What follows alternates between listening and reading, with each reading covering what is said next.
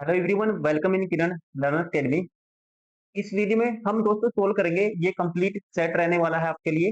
16/10/2022 first shift में UP PAT का जो एग्जाम हुआ था, ये क्वेश्चन पेपर पूछा गया था।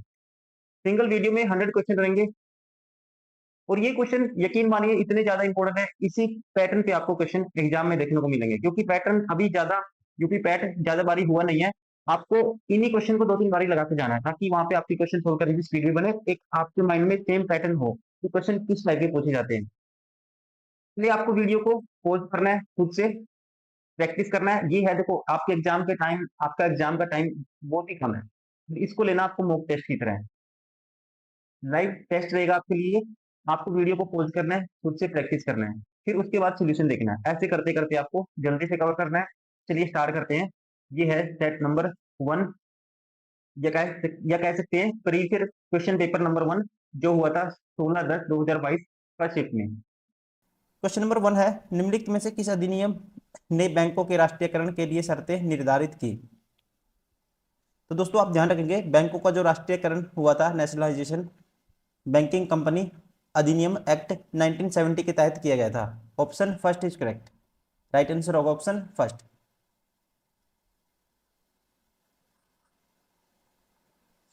क्वेश्चन नंबर 2, 1991 में नई आर्थिक नीति एनईपी के तहत उदारीकरण और निजीकरण की पहल का प्राथमिक परिणाम निम्नलिखित में से कौन सा था? ठीक है, इसका जो पहला परिणाम था दोस्तों, राइट आंसर होगा इसका ऑप्शन थर्ड, वैश्वीकरण। क्या आएगा?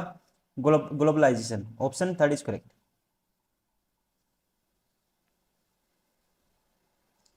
क्वेश्चन नंबर 3, निम्नलिखित में से किसे भारत में हरित क्रांति के जनक के रूप में जाना जाता है?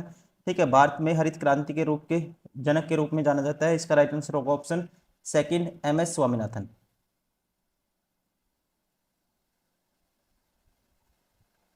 क्वेश्चन नंबर 4, निम्नलिखित भारतीय संविधान के लिए डीपीएसपी राज्य नीति निर्देशक सिद्धांत निम्नलिखित में से किस संविधान से प्रेरित थे? ठीक है, यह प्रेरित थे, राइट आंसर होगा इसका ऑप्शन थर्ड, आयरलैंड के संविधान से।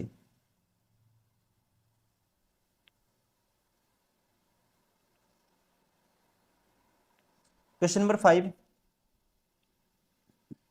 भारतीय संविधान के अनुच्छेद 19 में कौन सा अधिकार शामिल है? ठीक है, 19 में आता है दोस्तों, पता ही होगा आपको, बोलने की जो स्वतंत्रता होती है, वाक और अभिव्यक्ति स्वतंत्रता का अधिकार। Option second is correct. Question number 6, संसदीय प्रणाली में कार्यपालिका किसके लिए प्रति उत्तरदायी होती है? कार्यपालिका होती है दोस्तों, इसका राइट आंसर होगा ऑप्शन फर्स्ट, विधानमंडल के प्रति। ठीक है, संसदीय प्रणाली में कार्यपालिका सामूहिक रूप से विधायिका के प्रति उत्तरदायी होती है। क्वेश्चन नंबर 7, निम्नलिखित में से कौन सी भारतीय संविधान की मुख्य विशेषता नहीं है? ठीक है, मुख्य विशेषता नहीं है, ये आपको बताना है। पहला कहता है लिखित और विस्तृत संविधान दोस्तों, ठीक है। एकल नागरिकता, सार्वभौमिक वयस्क मताधिकार, द्विसत्रीय सरकार, ये नहीं है। Option second is correct.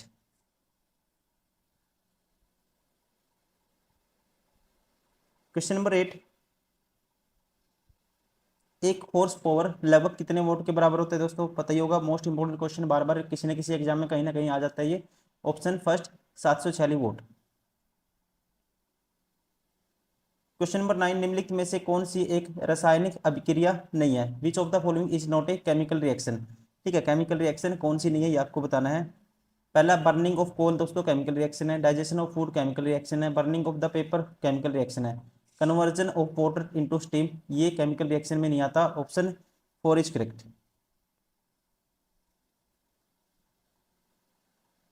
Question number 10, pyorrhoea is disease of which of the following?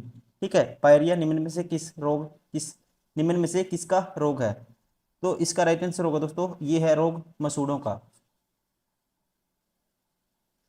Question number 11, phloem एक उत्तक है।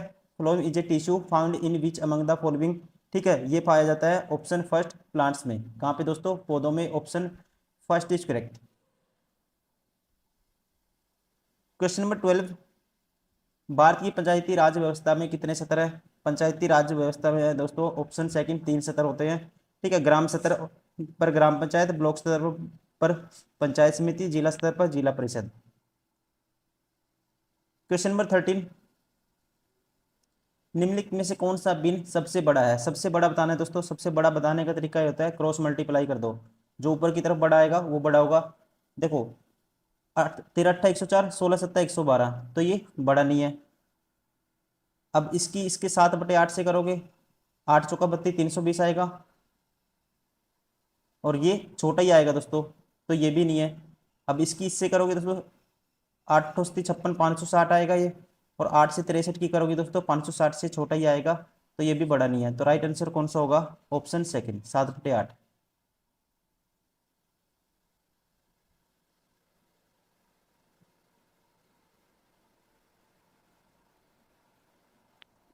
क्वेश्चन नंबर 14,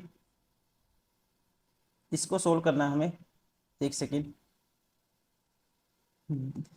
देखो दोस्तों, ये क्या है? ए की क्यूब माइनस बी की क्यूब, ये होता है ए माइनस बी, ठीक है। इस ए की क्यूब माइनस बी की क्यूब होता है, इसका फॉर्मूला होता है ए माइनस बी, और इनटू में आएगी ये term A square plus B square plus A B, ये आपस में कैंसिल हो जाएगा, बचा क्या? ए माइनस बी बचेगा। तो सीधा करो 6.73 माइनस 4.38, 13 से 8 गए 5, और 6 में से 3 गए 3, 4 में से 4, 6 में से 4 गए 2, 2.35 आएगा right answer. Option first is correct. Question number 15, what percent of 19 is 7.6? तो दोस्तों व्हाट परसेंट ऑफ 19, मान लो x परसेंट है 19 का 7.6, तो 19 चौक 76, तो आएगा 4/10, तो इससे 0 से 0 कैंसिल, क्रॉस मल्टीप्लाई करेंगे तो ये आएगा 40%। ऑप्शन फर्स्ट इज करेक्ट, ठीक है, option first is correct. Question number 16, 60 एवं 80 के बीच सभी अभाज्य संख्याओं का औसत है। 60 और 80 के बीच दोस्तों अभाज्य संख्याएं कौन सी होंगी? देखो 61 होगी, 62 नहीं होगी, 63 नहीं होगी, 64 नहीं होगी, 65 नहीं होगी, 66 नहीं होगी, 67 होगी, 67 होगी, ठीक है। फिर उसके बाद 71 आएगा, फिर उसके बाद आएगा 73, और उसके बाद आएगा 79। इनका औसत बताना है आपको। एक मिडिल नंबर औसत मान लो इनका, मैं मान लेता हूँ इनका औसत क्या है? 71 है, ठीक है। ये 71 से देखो कितना, ये 4 कम लाया, और ये कितना कम लाया दोस्तों? ये 10 कम लेके आया। ये 70 कम से 2 एक्स्ट्रा लाया, और ये कितना एक्स्ट्रा लेके आया? 8 एक्स्ट्रा लेके आया। तो यहाँ से -14 और 8 और 2 10, 10 दोस्तों, इसका मतलब -4 की कमी है। जो एवरेज होगा तो वो 71 से कितना कम होगा? 4, टोटल संख्या कितनी है? 5, 4/5 की वैल्यू क्या होती है? 0.8। 71 में से माइनस करेंगे ये, तो आएगा 70.2। Option first is correct. Question number 17, this minus this, ठीक है, इसका रूट करना है, फिर इसका रूट माइनस करना है। एक तो आप डायरेक्ट ही कर लो इसको, ठीक है। ये किसके बराबर होगा? ये लगभग देखो 12 का 3 का रूट है दोस्तों, आपको पता है 9 का रूट 3 होता है, ठीक है। 12 का मतलब ये 3.5 के आसपास भी इसको लगाते हो आप, और ये अगर इसको मैं 1 मान लेता हूँ इसका रूट, तो ये 2.5 के आसपास आएगा, ठीक है। 2.5 के आसपास कौन सा ऑप्शन है? ऑप्शन फर्स्ट है, तो हम कहेंगे ऑप्शन फर्स्ट इज करेक्ट। अगर आपको ये नहीं आता करेक्ट, आपको डायरेक्ट निकालना है, तो डायरेक्ट निकालना भी मैं आपको बता देता हूँ कैसे निकालते हैं। इसको ऐसे तोड़ो दोस्तों, दो पेयर में। अब ये देखो 1204 है दोस्तों, किस किस स्क्वायर से बड़ा है, और दो दो पेयर में तोड़ा, ये दो ऐसे रहने दो। और ये देखो 1204 है जो किस किस स्क्वायर से बड़ा है और किस किस स्क्वायर से छोटा है।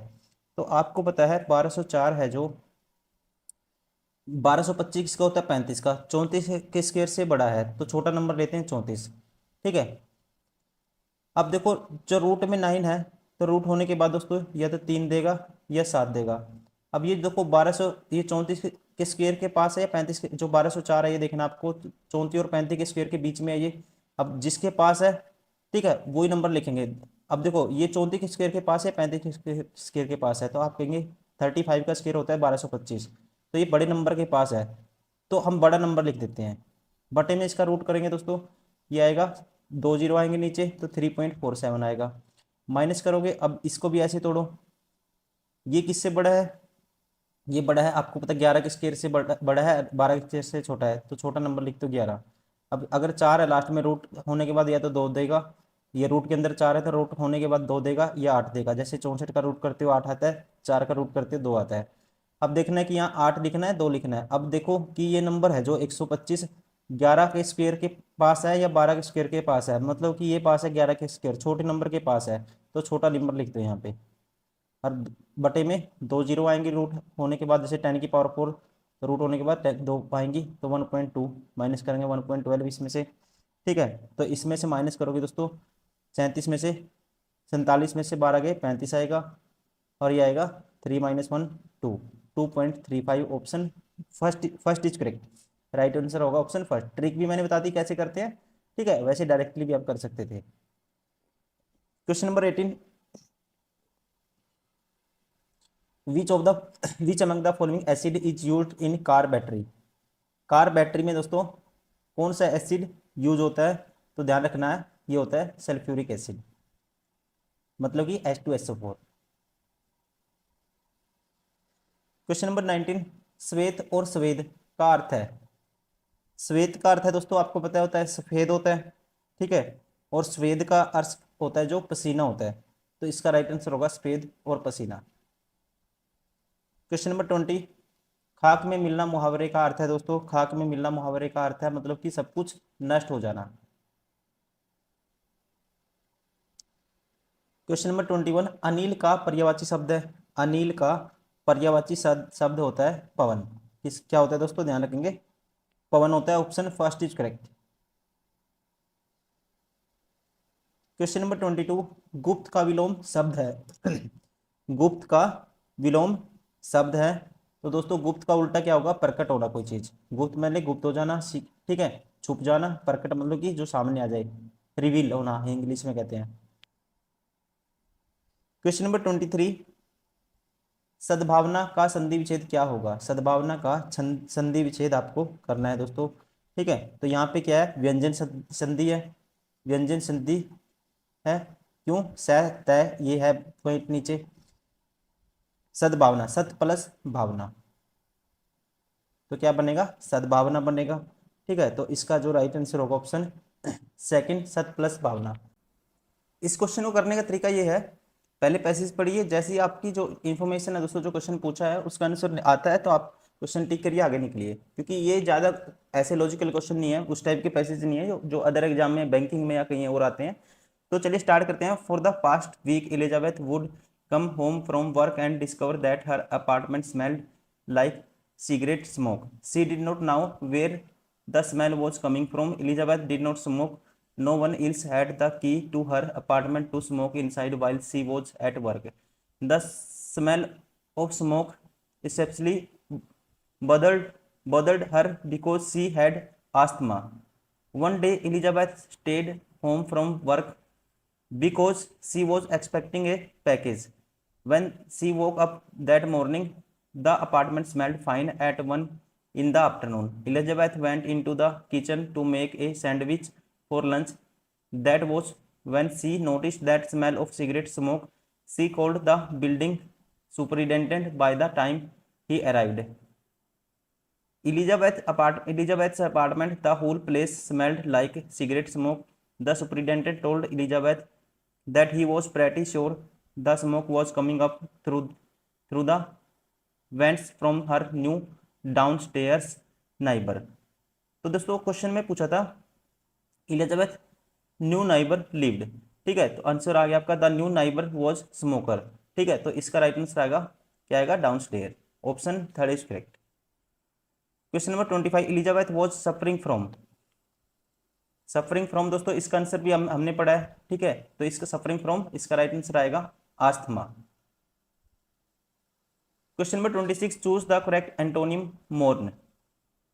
मोर्न का मतलब होता है दोस्तों किसी चीज का शोक मनाना, ठीक है, क्या मनाना है, शोक मनाना, ये कह सकते हैं टू फील और एक्सप्रेस सैडनेस। तो राइट आंसर होगा जॉय। जॉय मतलब क्या है, खुशी होती है, ठीक है, happiness, option first is correct. Question number 27, give one word substitute for the following. One who sells articles at public sales. इसके लिए वन वर्ड होगा, ये होगा, ठीक है, auctioner, auctioneer. Auctioneer means one who sells article at the public sales. Right answer होगा इसके लिए वन वर्ड है auctioneer. Option 4 is correct. Question number 28, choose the correct synonym exile. Exile का मतलब होता है कहीं पे रहना, निर्वासन, हिंदी में बोलते हैं निर्वासन, कहीं पे रहना लंबे टाइम तक, ठीक है। जैसे मैं एग्जांपल देता हूँ, they lived in exile in London for many years, ठीक है। और सेम मीनिंग होता है दोस्तों किसका, बेनिसमेंट का। ऑप्शन फर्स्ट इज करेक्ट, ये होगा इसका साइनो सिनोनियम। क्वेश्चन नंबर 29,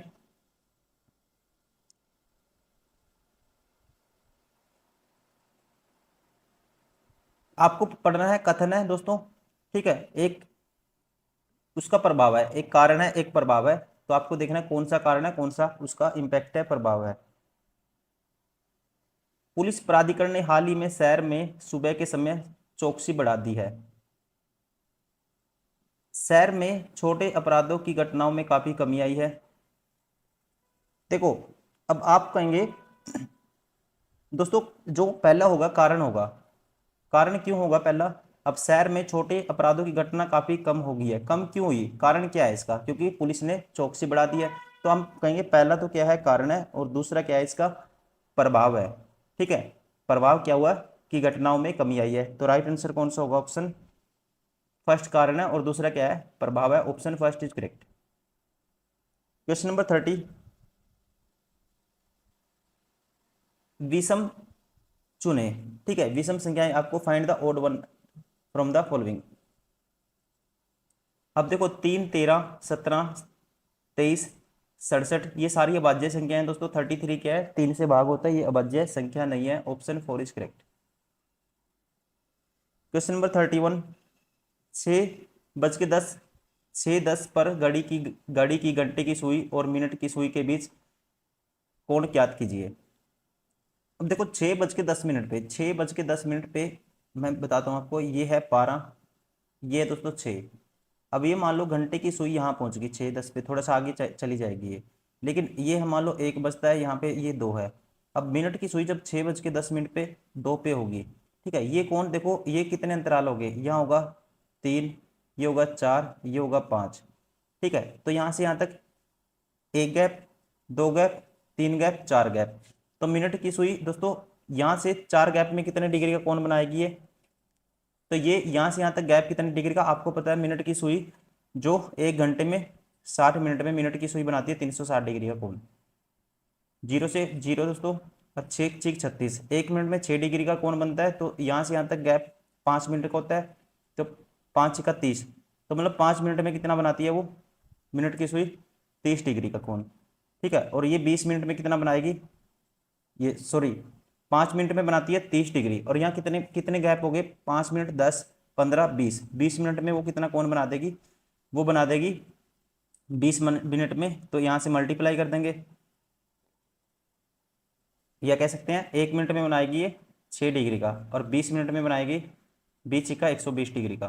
तो 20 डिग्री का 120 डिग्री का कोण तो इतना कवर कर दिया इसने मिनट वाली सुई ने। अब ये 6 से थोड़ा सा आगे गई, अब ये गैप आपको देखो 10 मिनट में ये कितना बनाएगी, ठीक है। 120 डिग्री तो ये हो गया जो मिनट वाली बनाती है, प्लस घंटे वाली सुई यहाँ से यहाँ तक कितना डिग्री का कोण बना लेगी 10 मिनट में। तो आपको पता है घंटे वाली सुई 12 घंटे में बनाती है 360 डिग्री, तो 1 घंटे में कितना बनाएगी ये 6 डिग्री, ठीक है। 60 मिनट में 6 डिग्री, 12 घंटे में 360, 12 12 सॉरी 12 3 36, 30 डिग्री बनाती है कितना 1 घंटे में, ठीक है।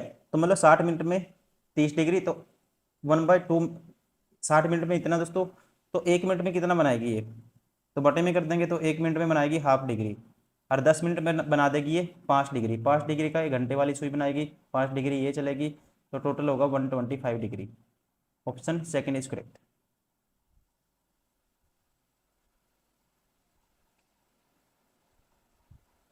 क्वेश्चन नंबर 32, ए को 26, देखो ए का जो अपोजिट होता है वो 26 होता है, बी का अपोजिट दोस्तों वाई का नंबर होता है 25 डिग्री, सी का अपोजिट क्या होता है 24 होता है, ठीक है।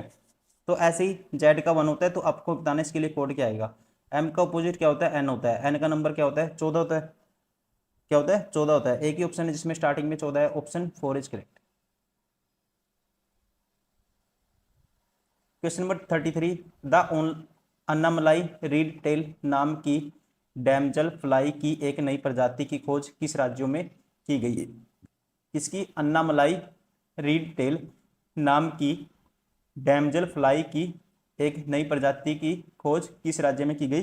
तो इसका जो राइट आंसर होगा दोस्तों, ये 2022 में की गई थी, और राइट आंसर होगा इसका first, Kerala.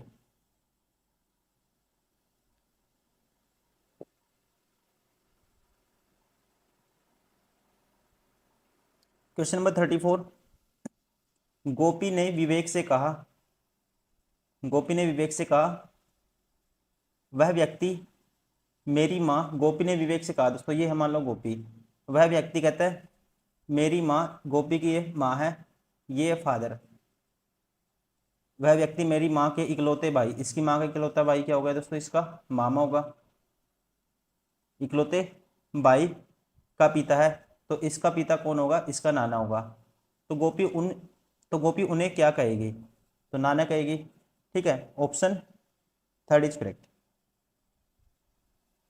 Question number 35, INS तरकस ने लाल सागर में डैश नौसेना के जहाजों अल्माज PC-411 और निमेर PC-413 के साथ एक समुद्री साझा अभ्यास का आयोजन किया। ठीक है, तो इसका जो राइट आंसर होगा दोस्तों, ये किया था सूडान, ऑप्शन 3 इज करेक्ट।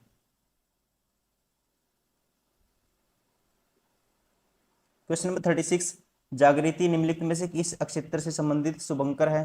ठीक है, जागृति, तो जागृति का जो संबंध है, राइट आंसर होगा इसका ऑप्शन 2, उपभोक्ता जागरूकता।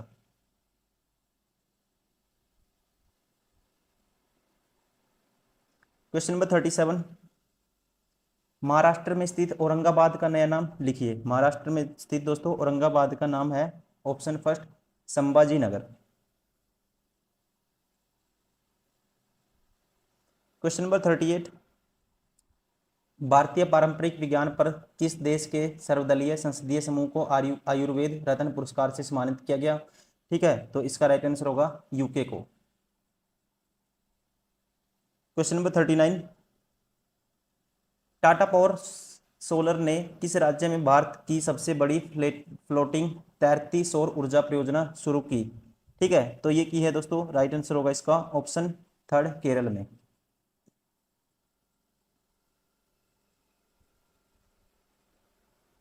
क्वेश्चन नंबर 40, हिमाचल प्रदेश में 21 दिवसीय संयुक्त अभ्यास वज्र प्रहार 2022 किन देशों के बीच हुआ। ठीक है, वज्र प्रहार हुआ था 2022 में भारत और संयुक्त राज्य अमेरिका, USA।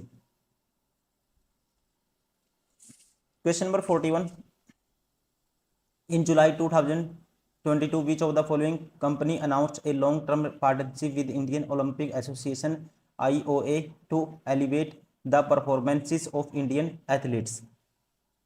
ठीक है, तो इस कंपनी का नाम है दोस्तों, राइट आंसर होगा रिलायंस इंडस्ट्रीज लिमिटेड।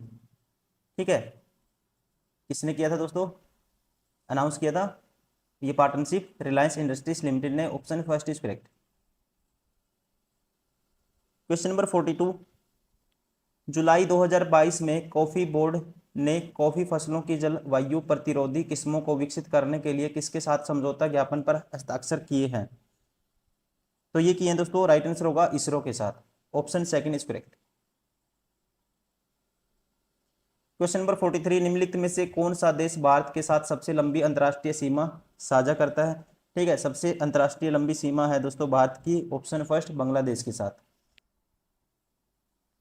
ठीक है, लगभग 4096 किलोमीटर।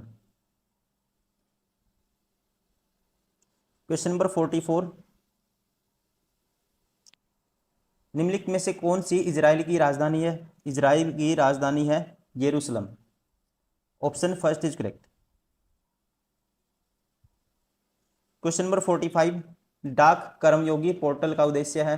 ठीक है, डाक कर्मयोगी दोस्तों इसे जून 2022 में लॉन्च किया गया था, और इसका उद्देश्य है ऑप्शन 2, लगभग 4 लाख ग्रामीण डाक सेवकों की क्षमताओं में वृद्धि।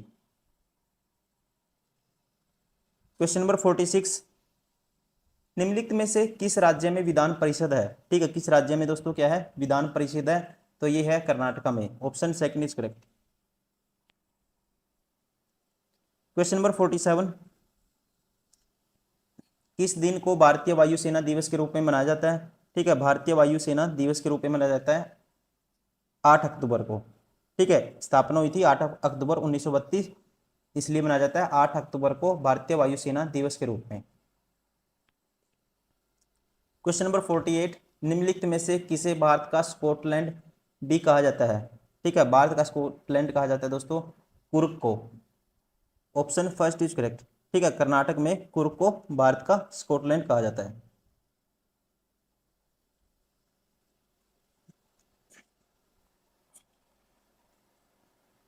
क्वेश्चन नंबर 49, डैश कला मथुरा से स्टेंसिलिंग की पारंपरिक कला है। कहता है dash art is the traditional art of the stencilling from Mathura. तो ये है दोस्तों राइट आंसर होगा option third, Sanchi.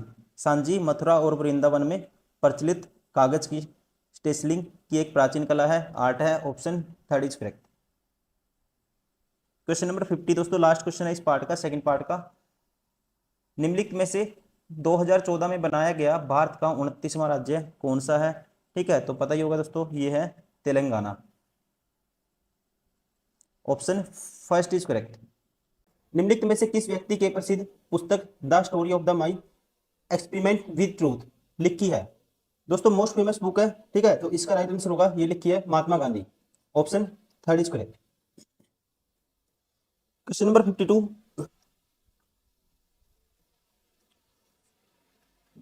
greenhouse gases in the atmosphere absorb most of the earth emitted dash which heat the lower atmosphere। कहता है वायुमंडल में green house गैसें पृथ्वी के अधिकांश उत्सर्जित डैश को अवशोषित करती हैं जो निचले वायुमंडल को गर्म करती है। तो इसका दोस्तों राइट आंसर होगा, ये करते हैं absorb. Option second infrared radiation. किसको? Infrared radiation. Option second is correct. Question number 53, volleyball निम्नलिखित में से किस देश का राष्ट्रीय खेल है? ठीक है, इनमें से किस देश का राष्ट्रीय खेल है?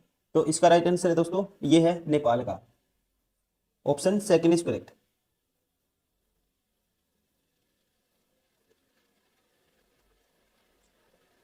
क्वेश्चन नंबर 54 टू 58 पैसेज है, ये पढ़ना है आपको, फिर आंसर करने हैं। ठीक है, उससे पहले तरीका क्या है इसको करने का, आप पहले क्वेश्चन पढ़िए क्या पूछा है। आज की युवा पीढ़ी में मादक पदार्थों का प्रयोग की लत पड़ रही है, दिए गए कारणों में से इस लत का कौन सा कारण उचित नहीं लगता? देखो आप पैसेज पढ़ सकते हो, लेकिन आप बिना पैसेज पढ़े भी इस क्वेश्चन का आंसर कर सकते हो। ठीक है, क्योंकि कुछ क्वेश्चन होते हैं दोस्तों जो सेंस बेस पे होते हैं। ठीक है, उसमें पैसेज की कोई जरूरत नहीं होती है, कोई क्वेश्चन बीच बीच में ऐसे भी होते हैं। ठीक है, तो चलिए अभी स्टार्ट कर लेते हैं, पहले पैसेज पढ़ लेते हैं। मादक पदार्थों का प्रयोग की लत आज के युवा में तेजी से फैल रही है। कई बार फैशन की खातिर दोस्तों के उकसावे पर लिए गए ये मादक पदार्थ अक्सर जानलेवा होते हैं। स्कूल कॉलेज या पास पड़ोस में गलत संगति के दोस्तों के साथ गुटखा, सिगरेट, शराब, गांजा, भांग, अफीम और धूम्रपान सहित चरस, स्मैक, कोकीन, ब्राउन शुगर जैसे घातक मादक पदार्थों के सेवन की ओर अपने आप कदम बढ़ जाते हैं। पहले उन्हें मादक पदार्थ फ्री में उपलब्ध कराकर इसका लती बनाया जाता है और फिर लती बनने पर वे इसके लिए चोरी से लेकर अपराध तक करने को तैयार हो जाते हैं।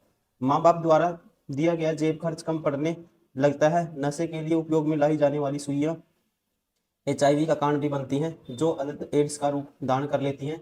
कई बार तो बच्चे घर के ही सदस्यों से नशे की आदत सीखते हैं। उन्हें लगता है कि जो बड़े कर रहे हैं वह ठीक है और फिर वे भी घर में ही चोरी आरंभ कर देते हैं। चिकित्सीय आधार पर देखें तो अफीम, हीरोइन, चरस, कोकीन और स्मैक जैसे मादक पदार्थों से व्यक्ति वास्तव में अपना मानसिक संतुलन खो बैठता है एवं पागल तथा सुप्तावस्था में हो जाता है। ये ऐसे उत्तेजना लाने वाले पदार्थ हैं जिनका लत के प्रभाव में व्यक्ति अपराध तक कर बैठता है। ऐसे युवा उच्छृंखल, हिंसक, अनुशासनहीन, झगड़ालू, स्वास्थ्य के प्रति लापरवाह और शारीरिक या मानसिक रूप से कमजोर होते हैं। मामला सिर्फ स्वास्थ्य से नहीं अपितु अपराध से भी जुड़ा हुआ है।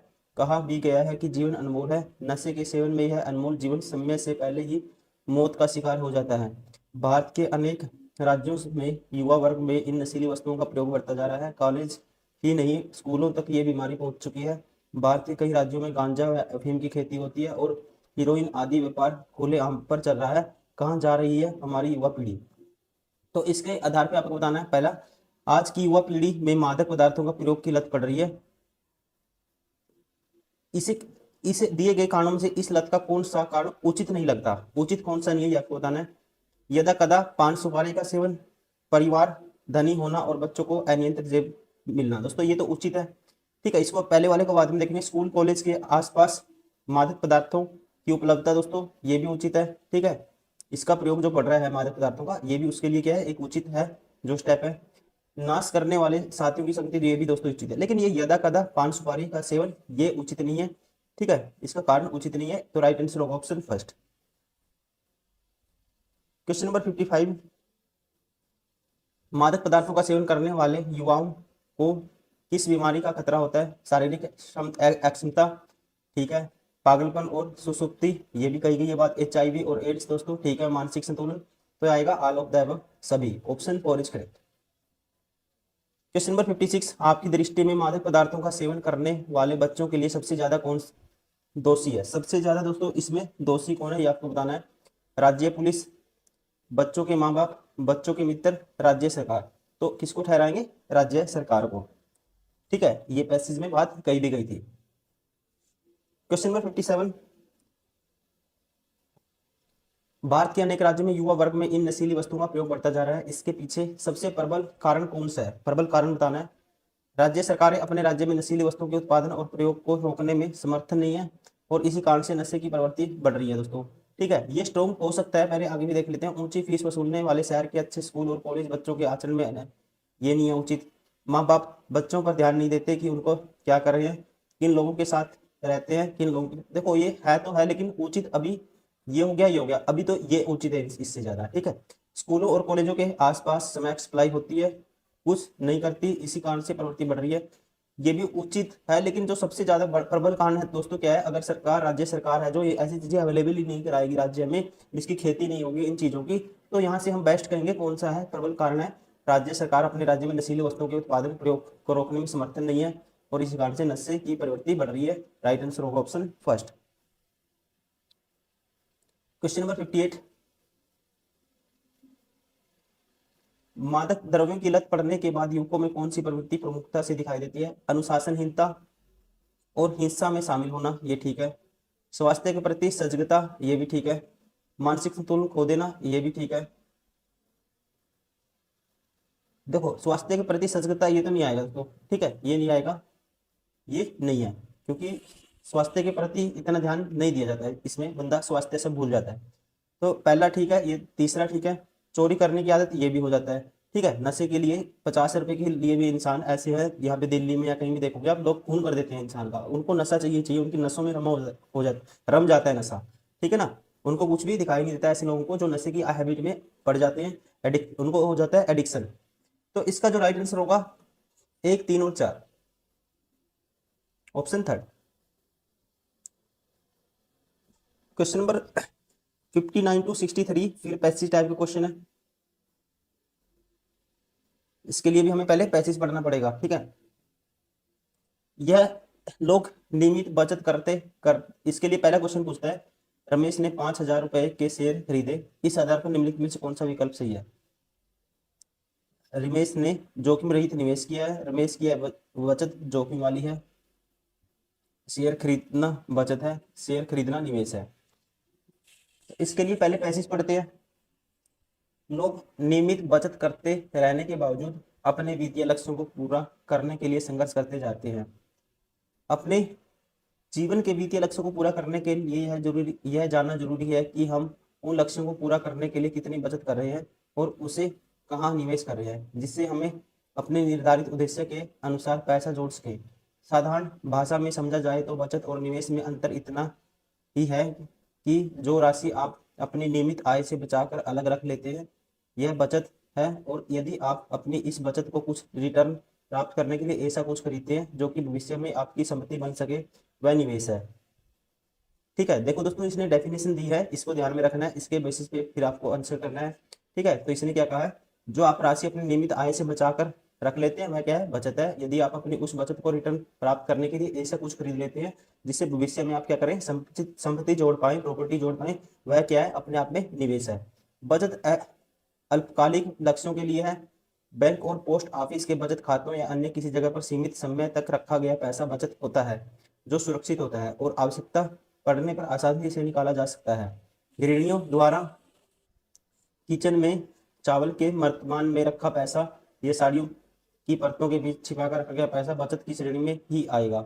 बचत में रखा पैसा जब चाहिए तब सहजता से उपलब्ध होता है। अक्सर यह अल्पकालीन लक्ष्यों, आपातकालीन जरूरतों के लिए बचत में रखा गया पैसा निवेश के मुकाबले, ठीक है, निवेश के मुकाबले क्या होता है, अधिक सुरक्षित रहता है बचत वाला। ये ध्यान रखेंगे इस पॉइंट को, निवेश के मुकाबले सुरक्षित रहता है, इसमें बहुत कम या ना के बराबर जोखिम होता है।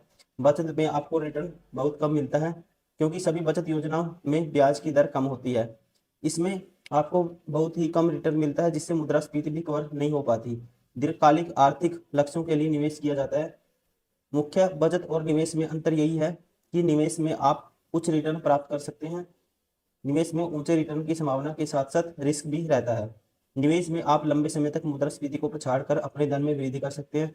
म्यूचुअल फंड और MIP, SIP आदि निवेश के प्रारंभिक तरीके हैं। जमीन, सोना, कमोडिटीज या शेयर आदि में निवेश करने के लिए अधिक धन और अनुशासन की आवश्यकता होती है और रिस्क भी ज्यादा रहता है, परंतु सही तरीके से किया गया निवेश संपदा में कई गुनी वृद्धि कर सकता है।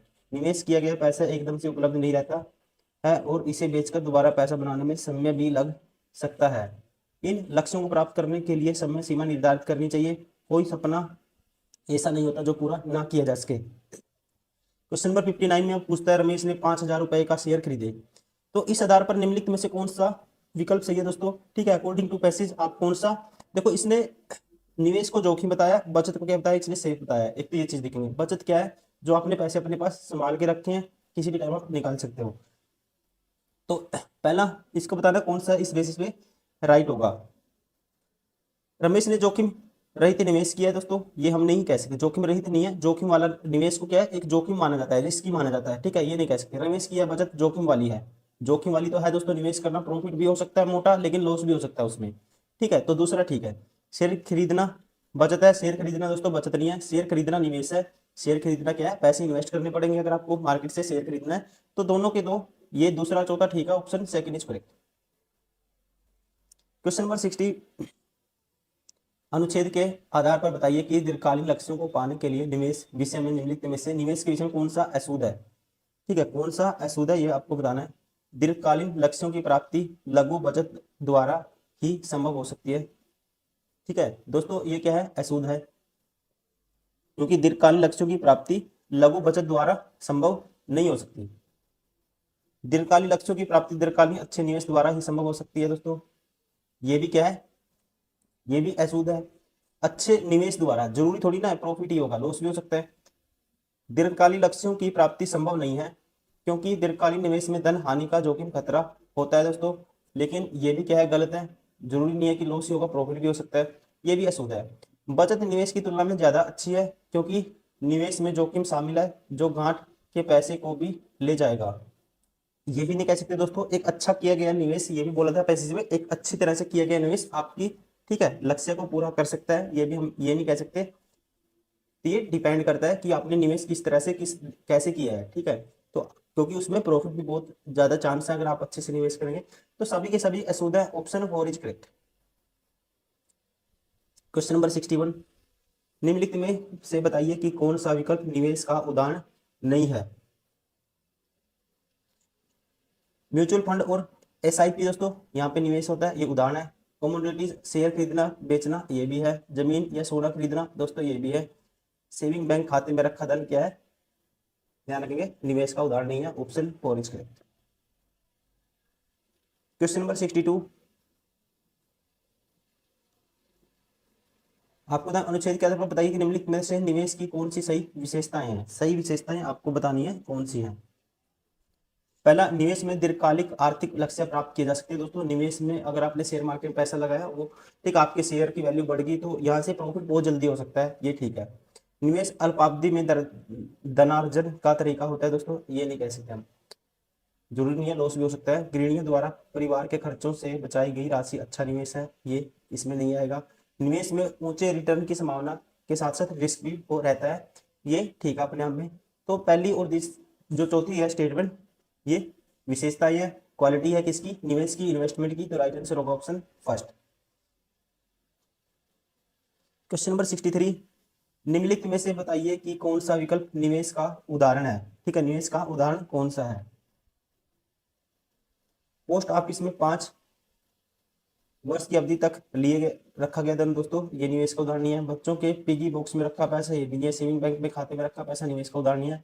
सोने के गहने खरीदना, ये क्या है, निवेश का एक उदाहरण है। Option 4 is correct. Question number 64 to 68 maths के क्वेश्चन है DI के। इसमें दिया है कि 2011 से 2016 तक 6 वर्षों के दौरान प्रत्येक वर्ष की शुरुआत में स्कूल में शामिल होने वाले स्कूल छोड़ने वाले छात्रों की संख्या को दर्शाता है एवं दिए गए प्रश्न का उत्तर दे। जो डार्क वाला है, ब्लैक वाला है, स्कूल में शामिल होने वाले छात्रों को दर्शाता है, और जो लाइट वाला दिखाता है स्कूल छोड़ने वाले छात्रों की संख्या। आपको बता दें किस वर्ष में पिछले वर्ष की तुलना में स्कूल छोड़ने वाले छात्रों की संख्या में प्रतिशत गिरावट, ठीक है, वृद्धि या गिरावट अधिकतम है।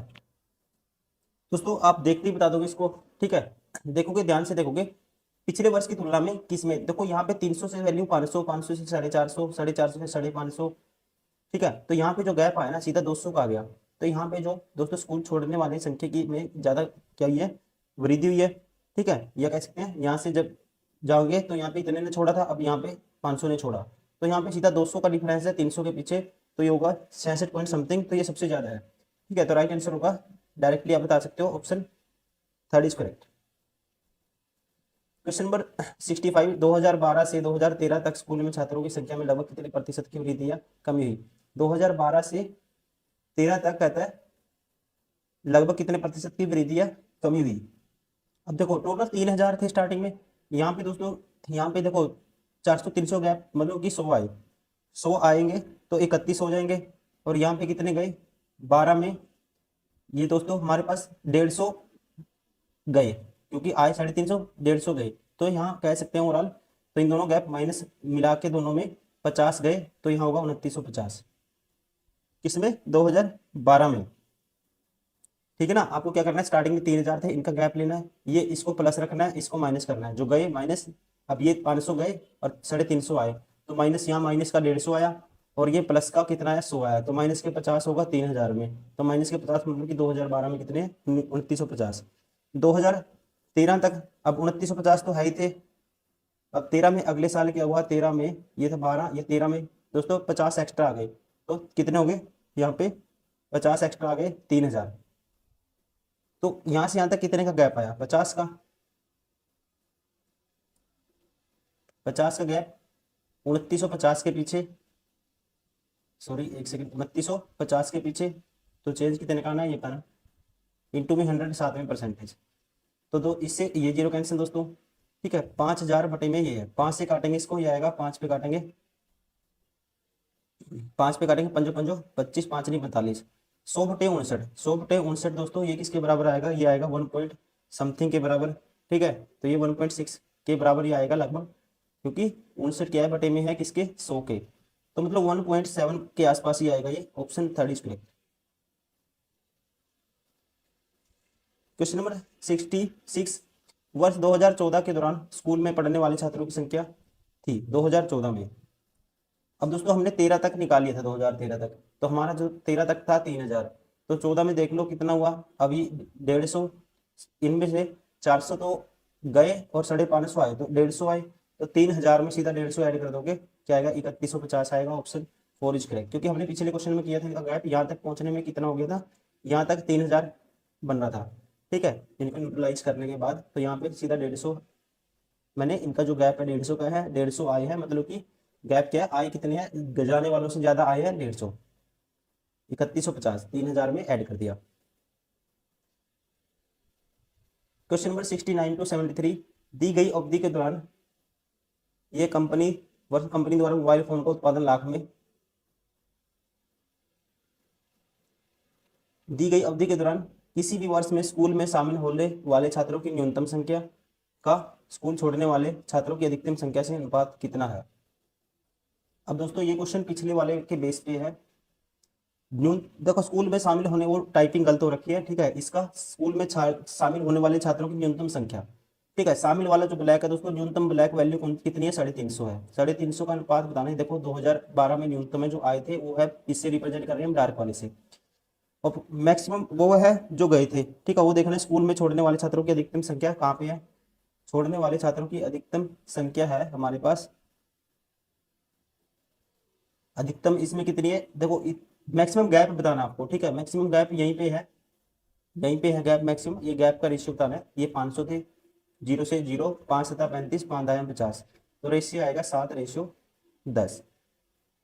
Option first is correct. ये इसी अलग क्वेश्चन का अलग क्वेश्चन है, ये नेक्स्ट में होगा इसका, ठीक है। ये पिछले वाले का जो डीआई था उसकी जो टेबल थी उस पर ये क्वेश्चन था। क्वेश्चन नंबर 68, वर्ष 2013 में स्कूल में पढ़ने वाले छात्रों की संख्या 2016 में स्कूल में पढ़ने वाली छात्रों की संख्या कितना प्रतिशत थी। 2013 में दोस्तों स्कूल में पढ़ने वाले कितने हैं। अब ये भी पिछले ही उसके बेस पे है, ठीक है। ये भी उसी के बेस पे है, इसी के बेस पे है ये भी। अब इसमें बताना है आपको, इसी में बताना है, ठीक है।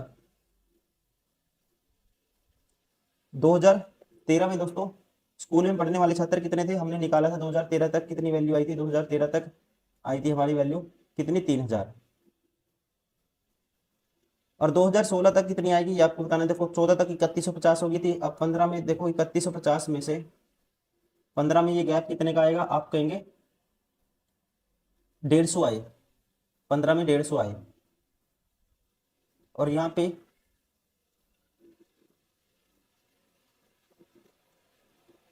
सॉरी 15 में क्या हुआ, ये तो 14 था हमारा, ठीक है। 14 तक था ये, देखो 11 12 13 14 तक तो ये वैल्यू थी। तो 15 में क्या हुआ, हमारे पास 50 गए, तो -50 होगा। अगर ये ब्लैक वाली वैल्यू का मतलब आई ये कम होगी तो मैं माइनस लिखूंगा, अगर ये ज्यादा होगी प्लस होगा। अब इनका क्या है देखो, आई ज्यादा है गए कम है, तो मतलब 100 आई। तो दोस्तों 3150 में से 50 माइनस करेंगे, फिर 100 जोड़ेंगे तो 3200। ये कहता है 2013 में ये इसका कितने परसेंट है। 2 0 से 2 0 कैंसिल, ठीक है। 4 से काटेंगे, 2 पे काटेंगे 15, ये 16 आएगा। 2 पे काटेंगे 15 आएगा। अब 4 पे काटूंगा इसको, 4 चौके 16, 4 पे काटेंगे इसको 25, 25 गुना 15 करोगे, 15 पंजे 25 पंजा 125, 12 25 25 और 12 37, 375/4, 4 निमा 36, बचेगा 1, 4 तिये 12, 93 पॉइंट समथिंग आएगा, ठीक है। इसका आंसर आएगा 93 पॉइंट समथिंग। तो कौन सा ऑप्शन है, ये रहा, ऑप्शन 4 इज करेक्ट, ठीक है। ये टेबल अलग दी हुई है, ये अलग क्वेश्चन की टेबल है। टाइपिंग जो टाइपिंग है दोस्तों, जो स्टाफ है इसको टाइपिंग करता है, बनाता है स्लाइड को, तो उसने ये टाइपिंग में एरर किया, लेकिन आप ध्यान रखेंगे ये पिछले जो था उसके बेस पे सारे क्वेश्चन।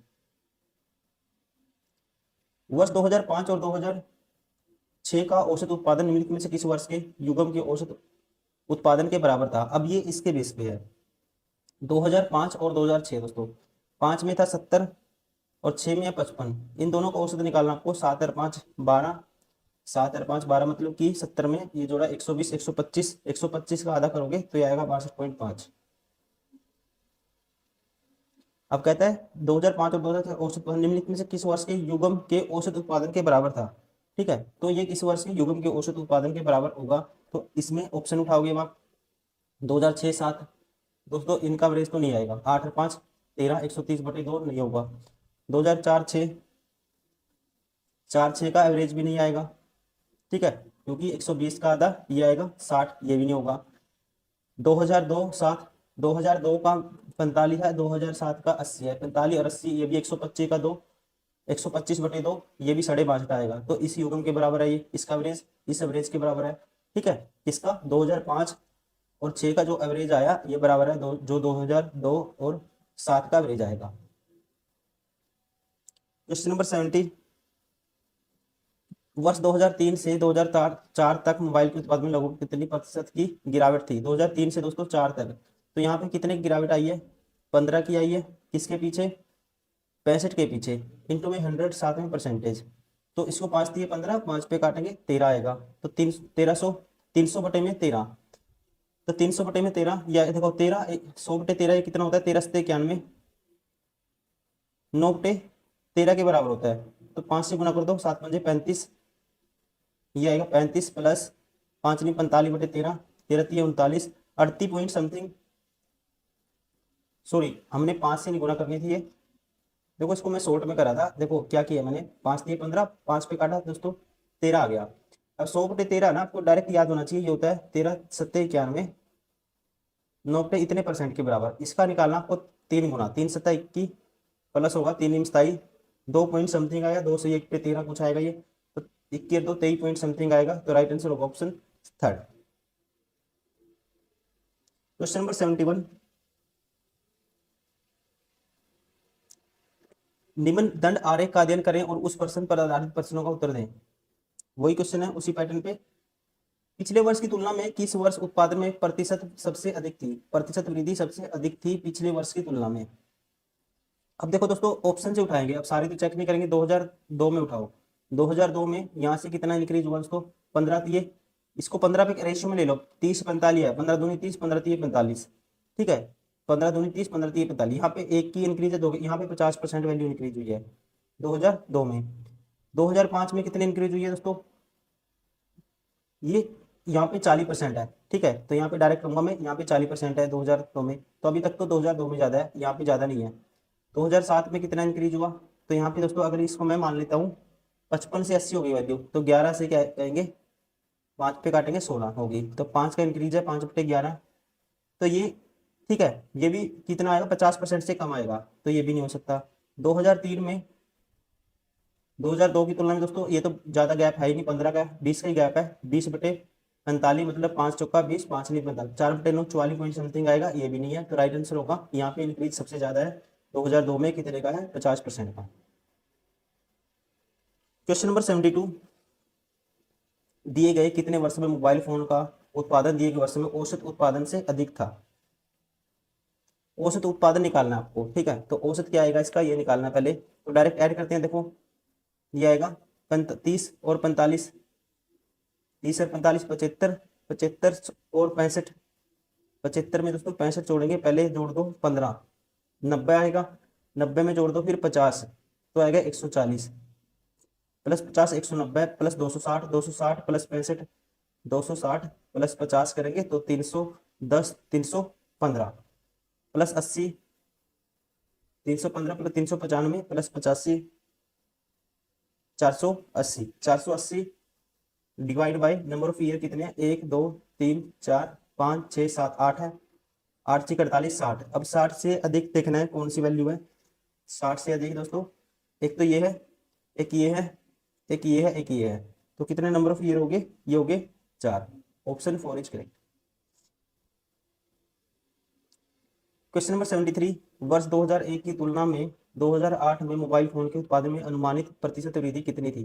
2001 की तुलना में दोस्तों 2008 में बताना आपको, तो यहाँ से कोई वैल्यू, तो 30 से कितनी होगी 85 होगी, तो 5 का 30, 5 पे काटूंगा 17 आएगा, ठीक है, तो कितना इंक्रीज है 11 का, कितने के पीछे 6 के पीछे, इंटू में 100 7%, 1100 बटे 6 है दोस्तों, तो हम कहेंगे 550 बटे 3 है, तो ये आएगा हमारे पास किसके आसपास आएगा, ये आएगा 3 एकम 3, बचेगा 2, 3 अट्ठा 24, 18 पॉइंट समथिंग, ये 8 आया स्टार्टिंग में, 183 पॉइंट समथिंग आएगा, option third is correct. Question number 74, 200 करेंगे इस वीडियो में, 75 है इसमें, 74 रह गया, तो 74 से स्टार्ट है। यदि कंपनी, ये है 74, क्वेश्चन नंबर 74, यदि कंपनी ई के लेखा विभाग में 60% कर्मचारी के पास एमबीए की डिग्री है, ठीक है, ई के जो लेखा है दोस्तों उनके पास 60% के पास क्या है, एमबीए की डिग्री है, तो सबसे पहले ई की क्या निकालेंगे, लेखा आप निकालोगे अधिकारी, ठीक है, या कह सकते हैं लेखा कर्मचारी, और ये ध्यान रखेंगे जो ये रेशियो दिया हुआ है लेखा और अनुसंधान का, ये परसेंटेज में गिवन है। अब ई में देखो लेखा कितने होंगे, ये 350 है दोस्तों, 350 का डायरेक्ट निकाल दो ई में, 18 देखो लेखा में होंगे 18 और 12 30%, 350 का 30% निकालोगे तो ये आएगा 105। कितना आएगा? 105। अब एमडीए की एमबीए की डिग्री कितने के पास है? इसका 60% के पास। तो इसका 60% मतलब इसका 3/5 निकालोगे आप तो ये आएगा दोस्तों 21 पंजा 105, 21 63 आएगा, 21 63 आएगा। और उसी कंपनी में अनुसंधान विभाग में 40% कर्मचारियों के पास एमबीए की डिग्री है। तो ई में कितने कर्मचारियों एमबीए की डिग्री? 40% निकालो। अब अनुसंधान में उसी में मतलब उसी कंपनी में ई में, ई का देखो 7 3 10% निकालोगे 35। अब 35 में ठीक है 350 का क्या निकाला? 10% निकाला, क्या आया? 35। अब 35 में 40 के परसेंट क्या है दोस्तों? एमबीए की डिग्री है। तो 40% निकालो इसका 2/5, 5 था 35 7 दूनी 14, 14 ही होगी। अब टोटल कितने के पास है? 63 और 14 77 के पास है। Option second is correct. Question number 75, company A के लेखा विभाग में कर्मचारियों की कुल संख्या, ई में दोस्तों कर्मचारियों की कुल संख्या कितनी है? लेखा में 14 और 12 26%, 45 का 26%, 450 का 26%। तो 450 था तो 10 से गुना कर देता हूँ, ये आएगा।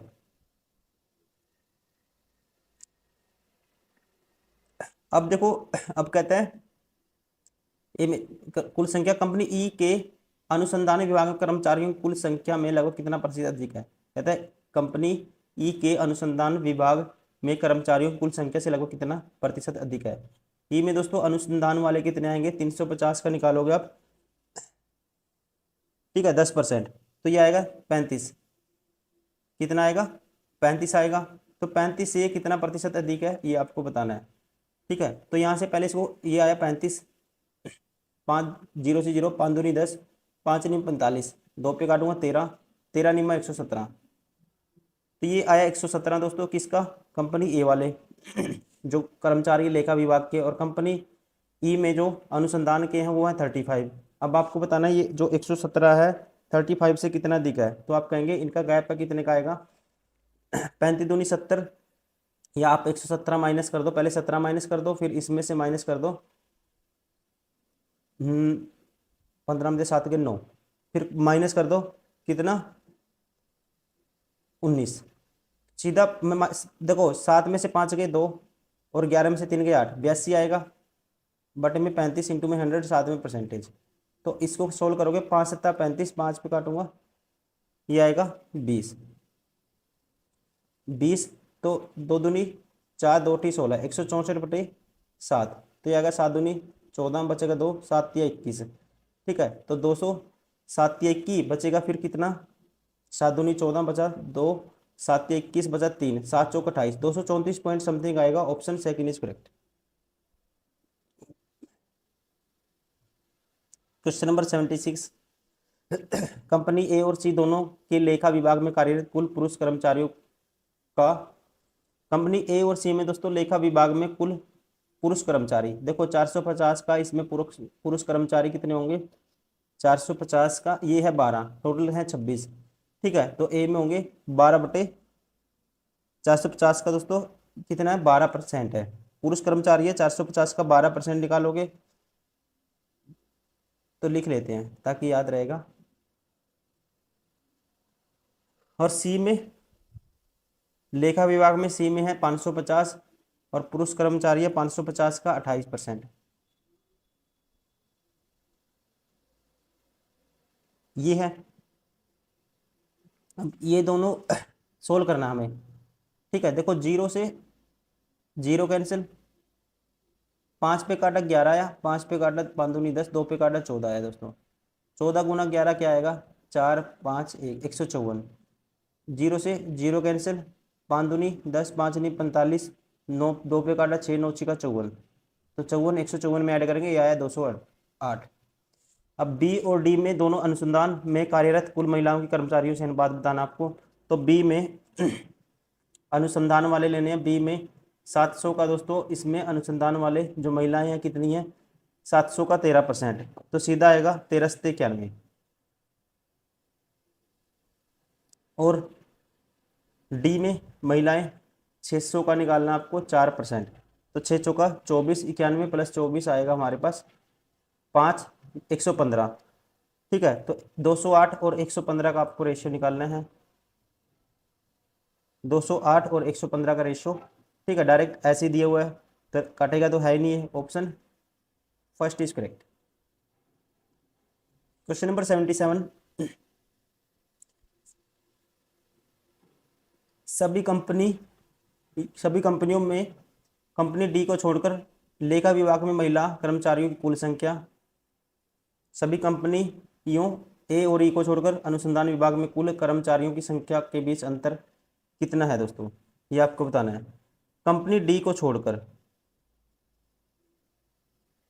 अब देखो ए में 450 का महिलाएं कितनी है, 14%, 450 का निकालोगे 14%, तो ये आएगा 450 का, अगर हम निकालने हैं दोस्तों 10% आता है 45। तो आप इसको ऐसे लिखो 450 का 14%, तो ये आएगा 0 से 0, 5 नहीं 45, 5 दूनी 10, 2 पे काटेंगे 7, कितना है 63। अब बी में 700 का 10% 70 आएगा, सी में 550 का, सी में आएगा 550 का 14%, तो 550 का 14% निकालेंगे, 0 से 0, 5 दूनी 10, 5 पे 11, 5 दूनी 10, 5 पे काटा 11 आया, तो 2 पे काटा 7 आया, तो ये आएगा दोस्तों कितना, 5 दूनी 10, 5 पे काटा कितना है 11 आया, 7, तो 11 से 77, तो ये आएगा 77। अब डी को नहीं लेना आपको, ठीक है, डी को छोड़कर ई में देखो, ई में 350 का 18%, 350 का 18% हम निकालेंगे, तो ये आएगा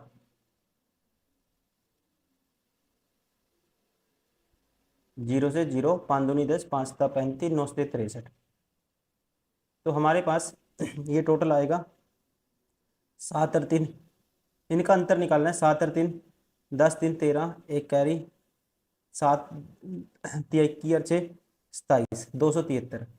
अब आपको बताना है सभी विभाग में महिला कर्मचारियों की कुल संख्या और सभी कंपनियों में ए और ई को छोड़कर अनुसंधान विभाग में पुरुष कर्मचारियों की संख्या, ए और किसको छोड़कर, ई को छोड़कर, ए नहीं लेना दोस्तों, ई नहीं लेना, तो बी का निकालोगे आप, अब पुरुष कर्मचारी लेने हैं, 700 का 11% निकालोगे, तो सीधा 700 का 11% आएगा, 11 से 77। उसके बाद सी में 550 का निकालेंगे हम 4%, तो 550 का दोस्तों 4% निकालेंगे, तो ये आएगा हमारे पास 550 का 4%, तो 550 का अगर हम 1% निकालते हैं, तो ये क्या आएगा हमारे पास 5.4 आएगा, 5.4 का डबल करेंगे 11, 11 का डबल 22, तो ये आएगा 22। 600 का 6% 36 आएगा।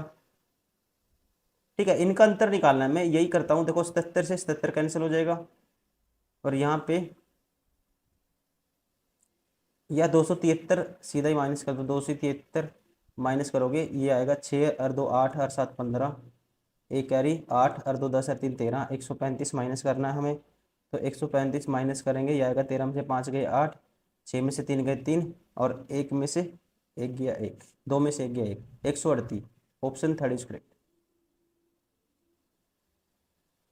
दोस्तों थोड़े कैलकुलेटिव क्वेश्चन पूछे जाते हैं पैट में, यहाँ से आप पैटर्न समझ सकते हो, तो आपको थोड़ा सा अपनी स्पीड बनानी पड़ेगी क्वेश्चन को सोल्व करने की। ठीक है, इस चीज़ का आप ध्यान रखेंगे, यहाँ से आपको तरीका समझना है कि पैटर्न का अंदाजा लगाना है सबसे पहले कि आपको क्वेश्चन किस टाइप के पूछता है। वो डीआई में क्वेश्चन वो अच्छे लेवल के पूछे, उसने पहले भी हमने पेपर सोल्व किए हैं, तो अच्छे क्वेश्चन पूछता है डीआई में वो, तो ये आप इस चीज़ को थोड़ा सा बी केयरफुल, और आप इसको अच्छे से प्रैक्टिस करोगे डीआई को।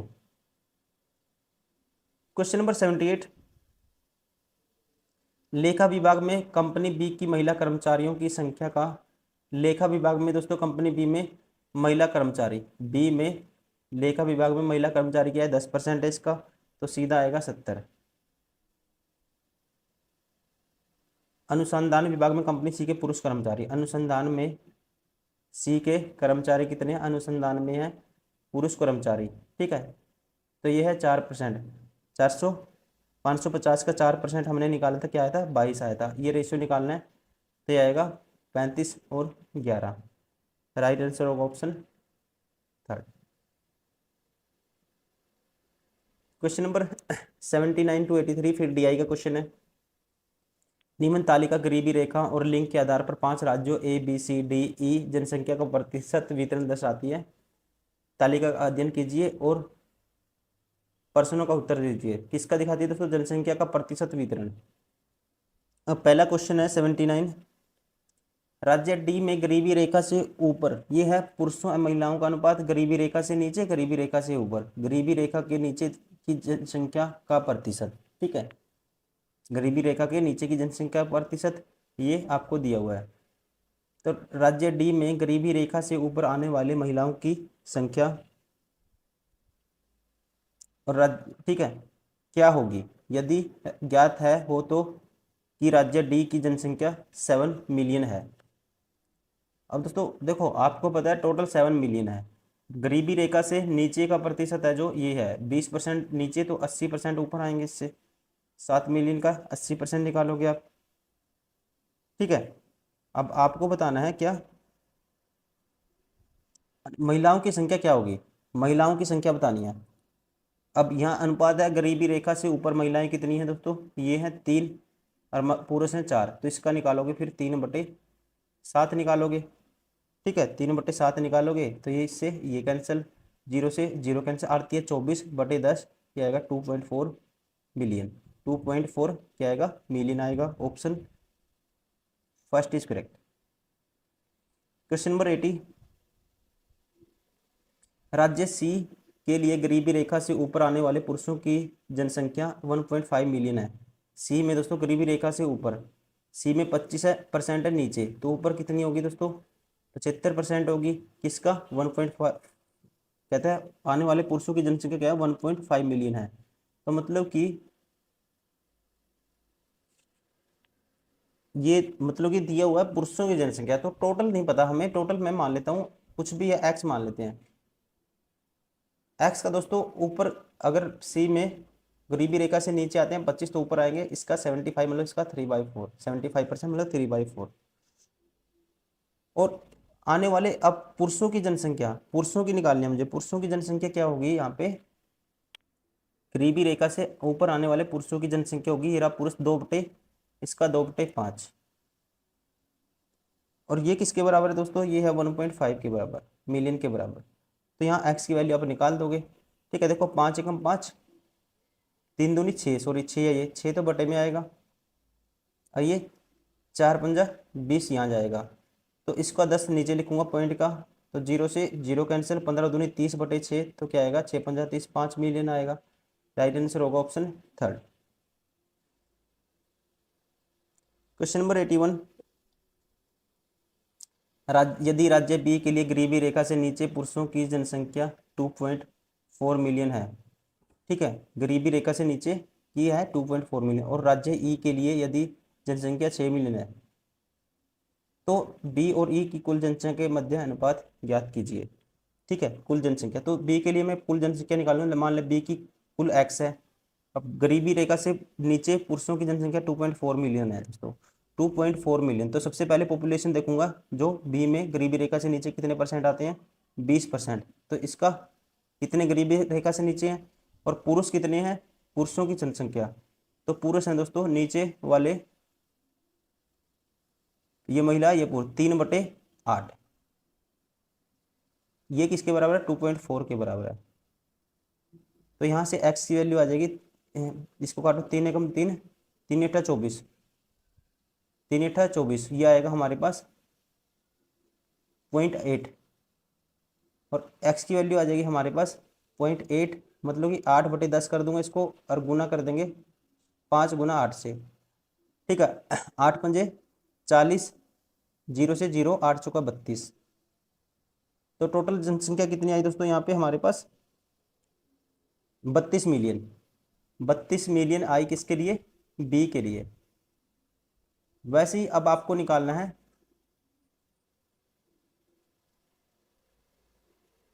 किसके लिए? ई के लिए, ई के लिए जनसंख्या कितनी है, 6 मिलियन, तो ई की वैल्यू ये रहा। ठीक है, तो मान लेते हैं एक्स है, टोटल निकालनी है, गरीबी रेखा से 15% है, मतलब 15% की वैल्यू 3/20, और इसमें से जो पुरुषों की जनसंख्या है दोस्तों 6 मिलियन है, ठीक, गरीबी रेखा से नीचे कितने पुरुष आते हैं, 6 मिलियन आते हैं, तो यहाँ पुरुष निकालो गरीबी रेखा से नीचे 3/5, और ये किसके बराबर है, 6 के बराबर है, तो 3 एकम 3, 3 दूनी 6, तो ये आएगा हमारे पास सारा 20×100, 200/3। ये दोस्तों 200/3 ये फ्रैक्शन में आ गया वैल्यू, तो कुछ गलती करी हमने, सॉरी, पुरुषों ई में बताना था हमें, पुरुषों की, ये पुरुषों की देखो 5/3 आएगा इसका, ठीक है, अगर 5/3 आएगा, सॉरी 5 क्या आएगा, 8 आएगा। पुरुष कितने हैं देखो, ई में देखोगे 5 है, पुरुष 5/8 गरीबी रेखा से नीचे, तो ये बराबर था 6 के।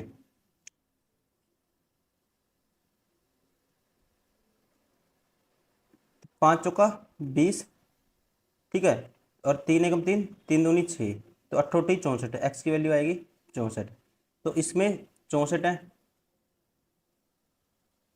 ई में कितने हैं, 64 है, तो ये रेशियो आपको निकालना है, तो ये अनुपात आएगा 32 दूनी 64, 1:2। Option second is correct.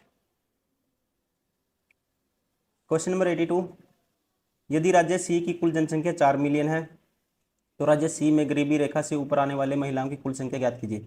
सी की है दोस्तों 4 मिलियन, गरीबी रेखा से ऊपर आने वाली महिलाएं, तो सी में जो गरीबी रेखा से ऊपर कितनी जनसंख्या आएगी, तो इसका 25% नीचे आती, तो 75%, मतलब कि 3/4 ऊपर आएगी, ठीक है। और आपको बताना गरीबी रेखा से ऊपर आने वाली महिलाओं की संख्या किसमें, सी में, गरीबी रेखा से ऊपर आने वाली महिला कितनी है, 3 है, 3/5 निकाल दो इसका, 3/5, तो यहाँ से 4 से 4 कैंसिल, 3 3 9/5, 9/5 दोस्तों, इसका मतलब इसको काटोगे 4 दूनी 8, 2 पॉइंट क्या आएगा समथिंग, तो 2 पॉइंट समथिंग आएगा, तो इसका मतलब हमारा जो राइट आंसर होगा, सॉरी ये 5 था नीचे, ये आएगा, गलती कर दी यार जल्दी, ठीक है, माफी चाहेंगे दोस्तों आपसे, ये गलती कर दी मैंने जल्दीबाजी में, तो ये आएगा 4 से 4 करने से 9/5, 9/5 काटोगे, 2 से ऊपर मल्टीप्लाई कर तो 2 से नीचे 10, मतलब 18/10 सीधा 1.8 मिलियन। क्वेश्चन नंबर 83, 83 में है, कहता है ए के लिए गरीबी रेखा से ऊपर आने वाले पुरुषों की लगभग जनसंख्या क्या होगी यदि महिलाओं, ए के लिए गरीबी रेखा से ऊपर आने वाले महिलाओं की जनसंख्या 1.8 मिलियन है। दोस्तों डायरेक्ट ही गरीबी रेखा से ऊपर वाली जनसंख्या इससे निकाल सकते हैं हम डायरेक्ट, महिलाओं की जनसंख्या कितनी है गरीबी रेखा से ऊपर, 7 अनुपात में है, तो मतलब कि 1.8, 7 यूनिट की वैल्यू 1.8, 1 यूनिट की वैल्यू आएगी 6 यूनिट की वैल्यू आएगी, 6 से गुना कर देंगे, 18 छिक्का 108 होता है, बटे में 10, 1 पॉइंट ये आएगा, बटे में 7 है इसके, तो इसकी वैल्यू हमें बतानी है, तो 10 इसका नीचे आ जाएगा। अब इसको करना है देखो, 7 चौका 7 एकम 7, ये आएगा, इसको हमें सोल्व करना है, 108/7 है, ये 170 बटे कितना है 7, सॉरी 108/70, तो 108 को दोस्तों 70 से भाग करना है, तो 1 पे जाएगा, बचेगा कितना, ये बचेगा 30 38, तो 7 पंजे 35, ठीक है, तो ये आएगा 1.5 ऐसे आएगा, ठीक है, बटे में 10 भी था, 1.5 समथिंग आएगा दोस्तों, तो हमारा जो राइट आंसर होगा इनमें से कोई नहीं।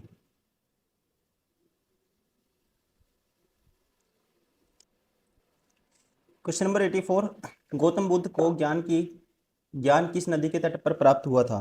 दोस्तों ध्यान रखेंगे, इनको हुआ था 35 ईयर्स की जो एज थी इनकी, उसमें निरंजना नदी के तट पर। Option 4 is correct.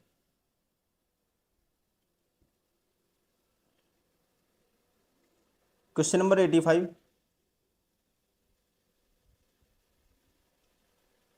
हर्षवर्धन के शासनकाल के दौरान निम्नलिखित में से कौन सी नई राजधानी थी जो थानेसर से स्थानांतरित हुई थी। ठीक है, तो ये थी दोस्तों कनौज। कौन सी थी, कनौज को ठीक है स्थानांतरित कर दिया गया था कुरुक्षेत्र के थानेसर से। राइट आंसर होगा option first.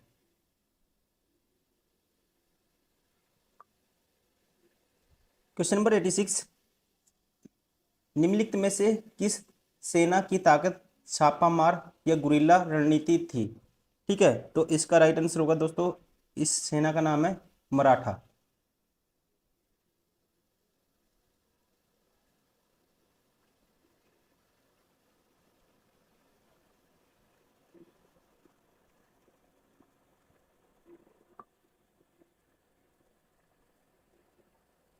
Question number 87, Harappa सभ्यता के दौरान डांसिंग गर्ल नर्तकी की कांस्य प्रतिमा बनाने के लिए डैश तकनीक का इस्तेमाल किया गया था। ठीक है, तो इसका राइट आंसर दोस्तों, इसे बोलते हैं, जो टेक्नोलॉजी थी यूज की गई थी, मोम लोपी डलाई कास्टिंग। इसमें क्या किया जाता, मोम की आकृतियों को पहले मिट्टी के लेप से ढक दिया जाता था और सूखने दिया जाता था, फिर मोम को गर्म किया जाता था, और ध्यान रखेंगे पिघला हुआ मोम मिट्टी के आवरण में बने एक छोटे से छेद के माध्यम से बाहर निकाल दिया जाता था। ठीक है, तो इसे बोलते थे दोस्तों, तो ये थी तकनीक मोम लोपी ढलाई। ठीक है, हड़प्पा सभ्यता के दौरान जो डांसिंग गर्ल नर्तकी की कांस्य प्रतिमा बनाने के लिए यूज की गई थी। Question number 88,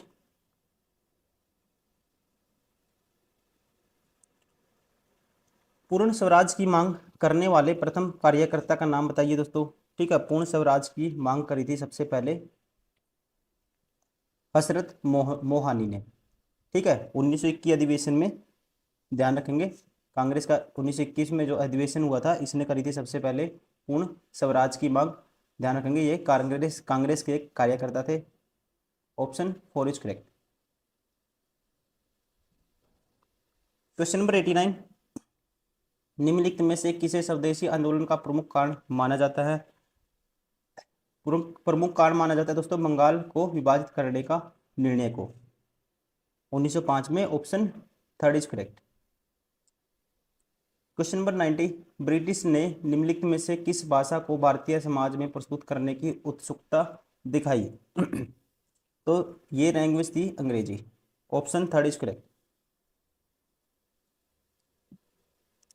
question number 91, Bharat सरकार अधिनियम 1935 के प्रावधानों में ब्रिटिश सरकार के अंतिम अधिकार का एक उदाहरण कौन सा था? ठीक है, तो अंतिम अधिकार का एक उदाहरण है दोस्तों, राइट आंसर होगा प्रांतीय सरकारों पर गवर्नर के लिए विशेष शक्तियां। क्वेश्चन नंबर 92,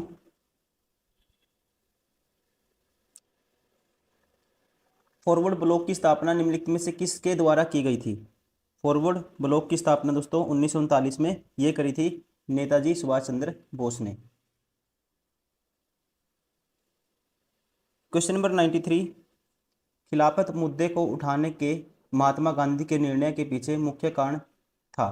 ठीक है, इसके जो पीछे जो मुख्य कारण क्या था, ये आपको बताना है। पहला कहता है हिंदुओं और मुसलमानों के बीच अधिक एकता लाने के लिए दोस्तों, यही था, ध्यान रखेंगे, पहले ही ऑप्शन राइट है। खिलाफत आंदोलन भारत में अखिल इस्लामी ताकत थी जो 1919 में भारत में मुस्लिम समुदाय के बीच एकता के प्रतीक के रूप में, ठीक है, तुर्क खलीफा को बचाने के प्रयास में उठी थी। ये ऑप्शन 1 इज करेक्ट, हिंदू और मुसलमानों के बीच एकता, अधिक एकता लाने के लिए। Question number 94, eight which of the following places India one can find a wide difference in the day and night temperature? ठीक है, डे और नाइट टेम्परेचर में जो ज़्यादा डिफरेंस होता है, ये आपको बताना है कहाँ पे होता है। ठीक है, तो राइट आंसर होगा इसका दोस्तों, ये होता है थार मरुस्थल में। कहाँ पे होता है? थार मरुस्थल में। दिन में लगभग यहाँ पे जो तापमान टेम्परेचर बढ़ जाता है 50 डिग्री सेल्सियस तक बढ़ जाता है, और रात में 15 डिग्री सेल्सियस तक गिर भी जाता है। ठीक है, अप्रोक्सीमेट। क्वेश्चन नंबर 95, विश्व को कितने प्रमुख काल नक्षत्रों टाइम जोन में विभाजित किया गया है? ठीक है, तो ये किया गया दोस्तों 24 जोन में। कितने टाइम जोन में? 24। Option 3 is correct.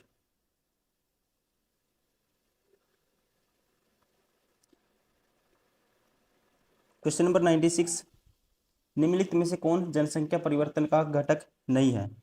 जनसंख्या परिवर्तन का घटक दोस्तों जो फैक्टर नहीं है, ये आपको बताना है। विच of the following is not a component of population change?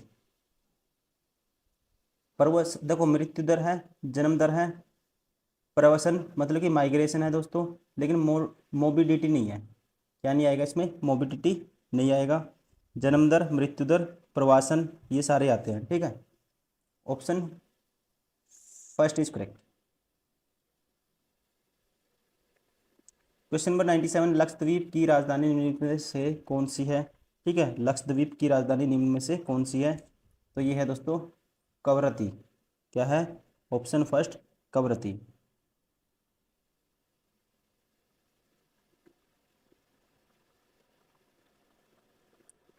Question number 98, स्थिरता के साथ विकास के उद्देश्य से निम्नलिखित में से कौन सी पंचवर्षीय योजना शुरू की गई थी? तो इस योजना का यह नाम था दोस्तों, ऑप्शन फर्स्ट चौथी पंचवर्षीय योजना। ठीक है, चौथी पंचवर्षीय योजना 1969 से 1974 के दौरान भारत में लागू की गई थी। ठीक है, और ये था, क्या थी? स्थिरता के साथ विकास के उद्देश्य से। क्वेश्चन नंबर 99, निम्नलिखित में से किसमें व्यक्तियों के समूह के स्वामित्व वाले व्यवसाय शामिल हैं? ठीक है, तो दोस्तों व्यक्तियों का जो व्यवसाय में जो स्वामित्व होता है, किसमें होता है? ये होता है प्राइवेट सेक्टर में। किसमें होता है? प्राइवेट, निजी क्षेत्र में। Option third is correct. Question number 100 last question है इसका, ये सेट नंबर 58 है दोस्तों। उस जंगल का नाम बताइए जिसे पृथ्वी ग्रह के फेफड़े के रूप में जाना जाता है। ठीक है, तो इस जंगल को बोलते हैं हम अमेजोन वर्षा वन। क्या बोलते हैं? Amazon rain forest. Option third is correct.